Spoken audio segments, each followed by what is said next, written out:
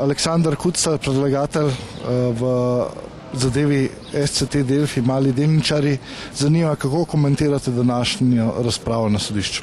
Današnja razprava je pač potekala v smeri, ki smo jo pričakovali.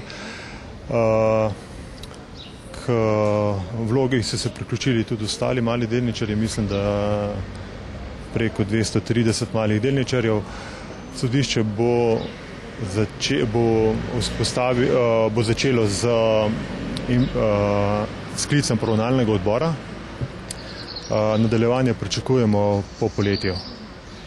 Kako pa pričakujete delo poravnalnega odbora v smislu tega, da je eden iz vidnejših članov avtor zakona o gospodarskih družbah, gospod Kocbek, ki je po našem mnenju določene segmente za male delničarje pozabil prevesti iz nemške različice, ki je bila podlaga za naš zakon?